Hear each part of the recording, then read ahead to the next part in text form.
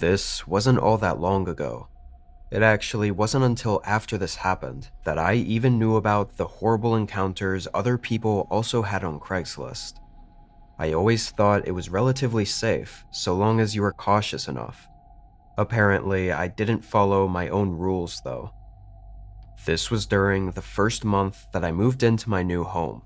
It was a pretty long move across the country into a relatively new area for me. I sold almost everything before the move, so for the first little while, I would casually scroll through Craigslist whenever I was bored, hoping to find anything I might need. Mostly furniture, or just things to make the house feel less empty. Before this, I'd actually already found a few things on Craigslist and picked them up and had no issues at all, so I really didn't have much reason to be nervous. One night after work, I happened to scroll by a post of a fairly nice looking couch. It was almost perfect to what I was hoping to find. A gray sectional sofa that was apparently in great condition, and it was all for a decent price, $200. The guy responded pretty quickly. His name was Brian, and from the texts, he seemed like a chill dude. We agreed on the price and started figuring out the plan to meet up. The big issue was that I only had an SUV. It could maybe fit one section of the sofa at a time, and he lived in the next town over, so I'd have to drive there and back multiple times just to get the whole thing to my place. When I mentioned that I didn't have a way to pick up the whole couch at once, he kindly offered to use his pickup truck to drop it off at my place. Of course, I ideally wanted to see it in person before buying it, and didn't feel too comfortable with giving some random guy my address, but it was just so much more convenient and made a lot more sense to do it this way. And he wasn't pushy or weird about it in any way at all. He genuinely seemed like he was offering a solution. So after a bit of thinking it over, I agreed. We were set for him to swing by my place at 5:30 on the following day. I went to bed early, and in the morning I sent him my address, then spent the rest of the day cleaning the other rooms of the house.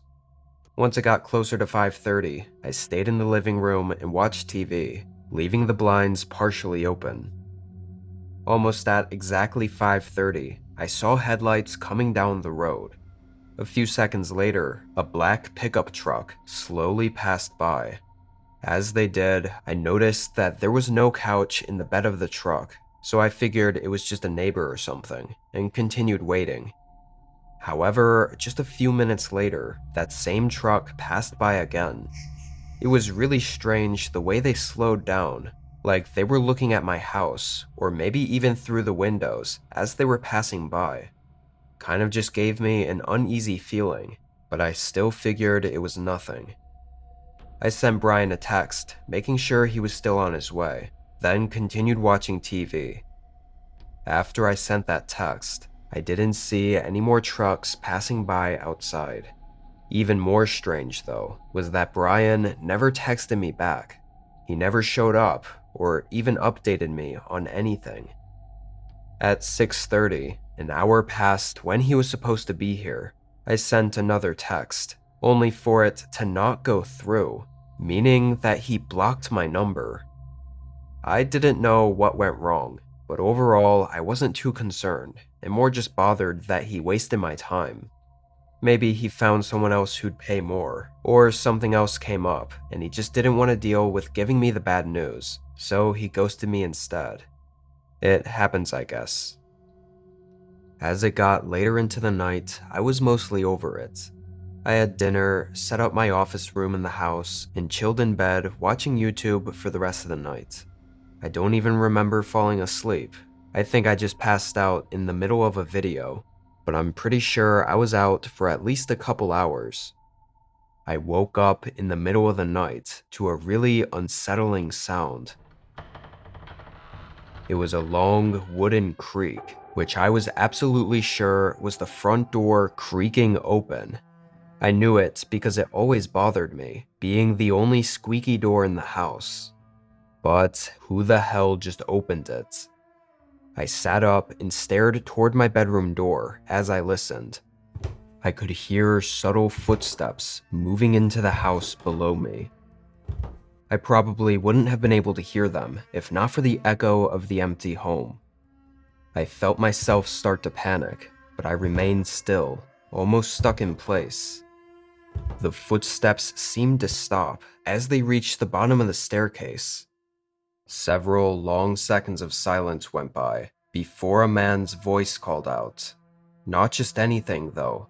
He was calling out my name. His voice was deep and sounded like an older man, but I didn't recognize it as anyone I knew. He called out my name again. Disturbingly, there was no emotion behind it. He was monotone, just saying my name over and over from the bottom of the stairs, like he knew I was up here. I quietly reached for my phone to call 911. I was extremely scared that he'd hear me talking to the operator, but honestly, I felt like I had no choice. I whispered as quietly as I could. The man still stayed at the stairs, calling out my name. Once the cops were on the way, I moved from my bed to my closet. I didn't know if the man was actually going to come up to look for me or not.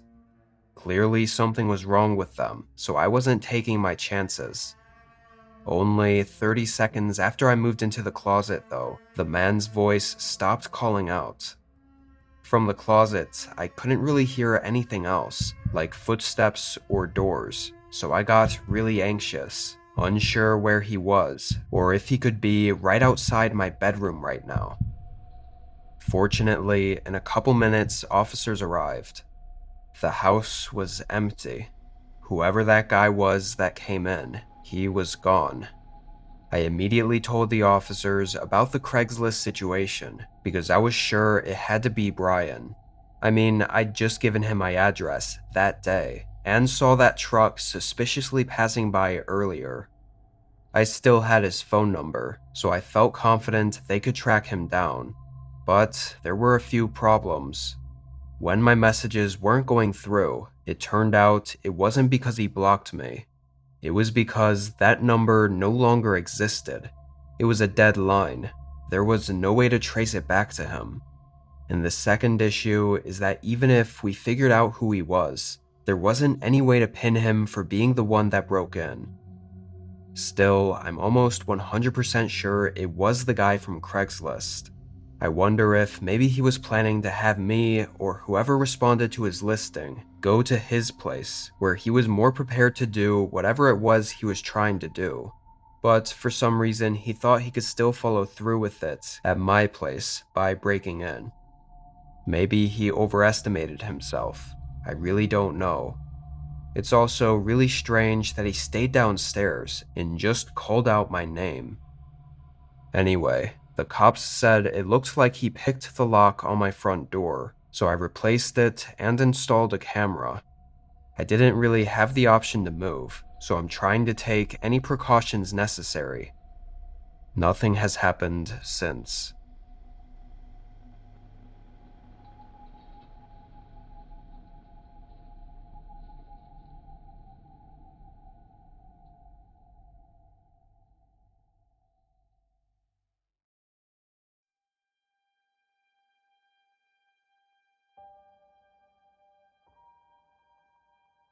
Every once in a while, I find myself looking through sites like Craigslist, eBay, and other similar ones for random things I might want or need.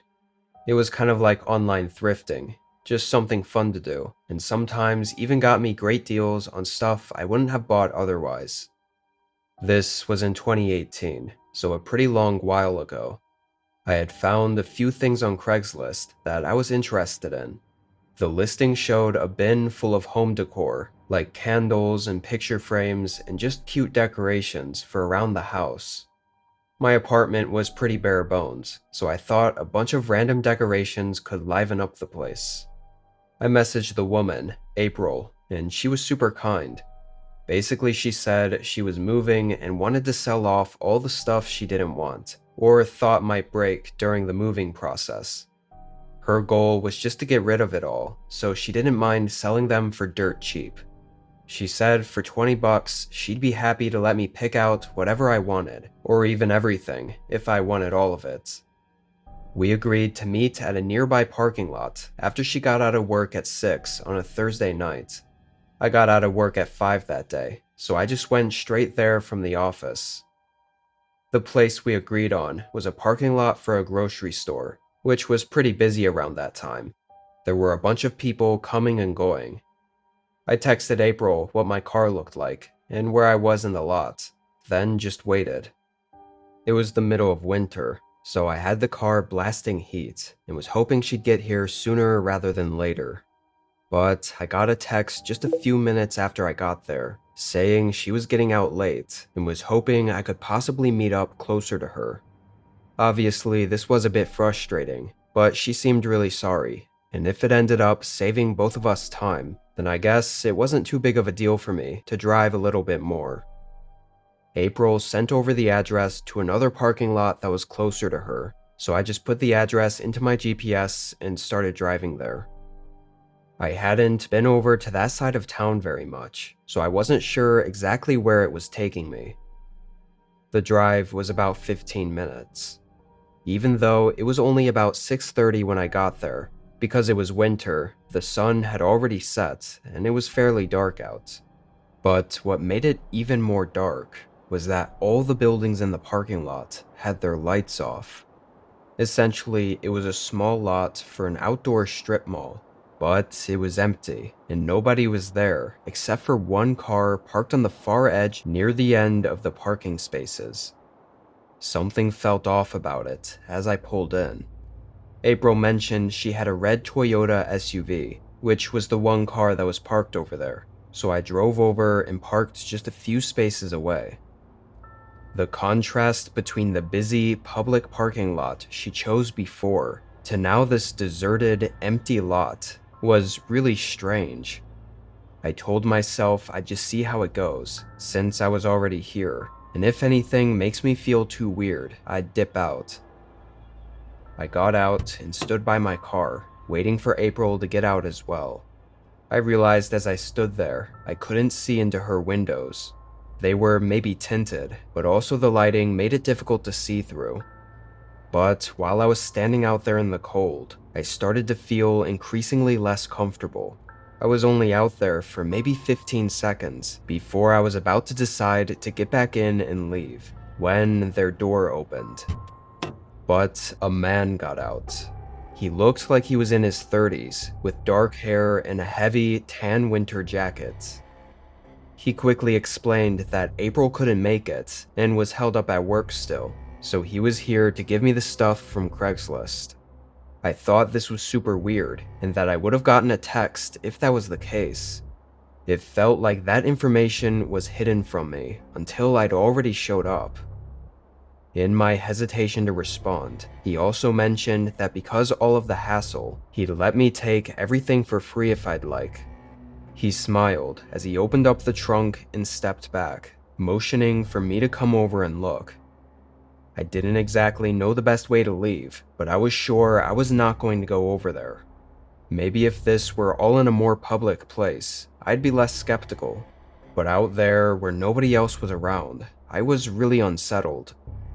I quickly started going back into my car, as I said I was just going to call April really quick, just to make sure.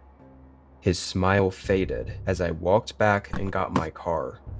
I opened my messages, then called April's number. A few seconds later, the muffled sound of a phone ringing came from outside. I looked over. He slowly reached into his pocket and ended the call.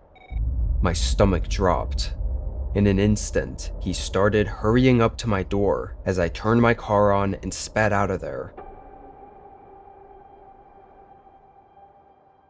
I was almost sure that this was all a setup, and there never was anyone named April. It was likely that man behind it the whole time, just pretending to be an innocent woman selling decor in hopes to lure in other girls like me. I can only imagine what would have happened had I gone over toward the open trunk of his car. After that night, I called my sister to talk about what happened, and she told me to call the police, so I did. However, since nothing really happened, And there's technically no crime for pretending to be a girl named April. Although suspicious, they couldn't do anything about it. To me, it's very clear this was a setup that likely had horrifying intentions behind it. I really just hope nobody else fell for it.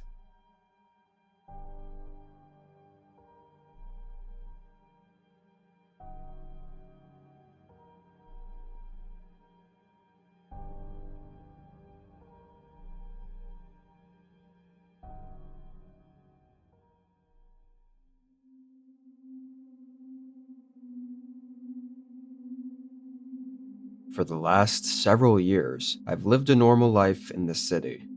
It's where I stayed pretty much all day, every day.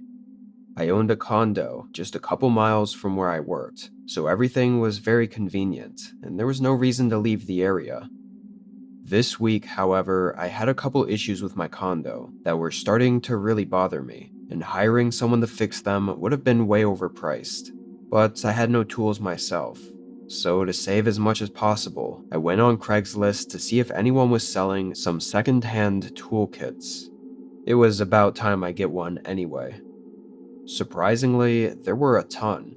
Some were worse deals than others, but I just needed some basic stuff, so I kept looking until I found something that seemed decent. A lightly used toolkit with everything I needed, for a respectable price. I sent an email, and within just 15 minutes, we were set to meet up. The guy said that I could come by his place and pick it up tomorrow, whenever I was available. I worked until 7, but I usually like to stay up anyway, so I was good with it. His address was pretty far though, at least for me. It was 45 minutes outside of the city, in a very small town that I somehow had never heard of. On the satellite view of maps, it looked like just 100 or so houses clumped up in one area. Come the following day after work, I made the drive out of the city. The roads were pretty empty, and honestly kinda nice once I was away from all the buildings. It was well past sundown when I started getting close. It looked like mostly wooded areas with just a few gas stations and shops around. The neighborhood I pulled into was sketchy to say the least. All the houses were mixed in with the forest, and they were clearly very old. They looked like they had been there for over 100 years and really hadn't had any renovations. Some looked abandoned for sure. This had me a little put off as I continued through the wooded road and finally got to the address the guy sent me. It looked no different than all the rest of the homes. Small, old, and barely standing. Although I felt a little uneasy about this neighborhood, it was in the back of my mind that I was very much from the city and wasn't used to places like this, so I thought it might have not been as bad as I was making it out to be. I parked on the end of the driveway and stepped out. Right away, I noticed how quiet it was. It was so quiet that it felt unnatural. No people outside, or sounds coming from any of the houses, or even cars driving by. Just dead silence.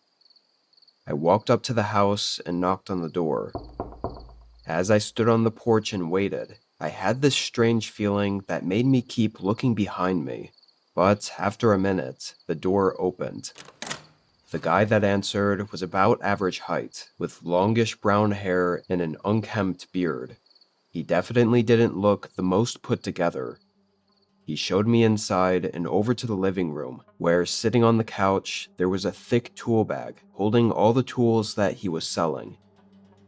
One thing that made the whole situation feel more eerie was that there were basically no lights on in the house. There was only a single lamp in the living room that barely produced anything more than shadows. Also, as we walked into the living room, I noticed the back door by the hallway was hanging on its hinges, like completely broken in the doorway leading outside. I didn't exactly know what to look for when it came to the kit, but honestly, I just wanted to pay for it and leave. I pretended to look through it, but just pulled my cash out and turned around to hand it to him, when I noticed he wasn't there. The room was empty. Where the hell did this guy go? I called out for him, but the house was extremely quiet. There were slight creaks coming from the walls and floors all around the house, but I couldn't tell if it was just the old house settling or not. I felt my adrenaline spiking. I think my gut knew this was really bad. I called out one more time for him as I slowly made my way back to the front door, leaving the tools behind. Just when I got into the hallway, though, someone was standing there. It was a different guy. I couldn't see him well because he was standing in the shadow, but I could tell he was noticeably taller and wider than the other guy. I was just heading to my car to grab some money, if that's alright, I said casually, hoping he'd just move out of the way and let me go. He didn't answer. The way he was standing was like he was intentionally blocking the hallway. I stood there trying to think of what to do, but just a second later, I heard a creak to my right. I turned my head. The room beside me was pitch black. If I had to guess, I think it was the kitchen, but it was honestly so dark in there that I couldn't tell. Somehow in that moment, my survival instincts just kicked in, and I sprinted to the broken back door I remembered seeing. As I ran out of the house, I heard several loud creaks that definitely sounded like footsteps running behind me. Thankfully, the house didn't have a fence, so I was able to just run right around and back to the front. As I was running back up to my car, someone jumped out from behind it and started running away. I didn't know what they were doing, but I knew I had to leave, so I just unlocked it and got in, then floored it out of there. I was still under the adrenaline rush for a while after that. I'm pretty sure there were multiple people in that house, and that one of them was trying to either break into my car or prevent it from running so I couldn't get away. I can't say exactly what they intended to do, but if I didn't get out when I did, I'm not confident I ever would have.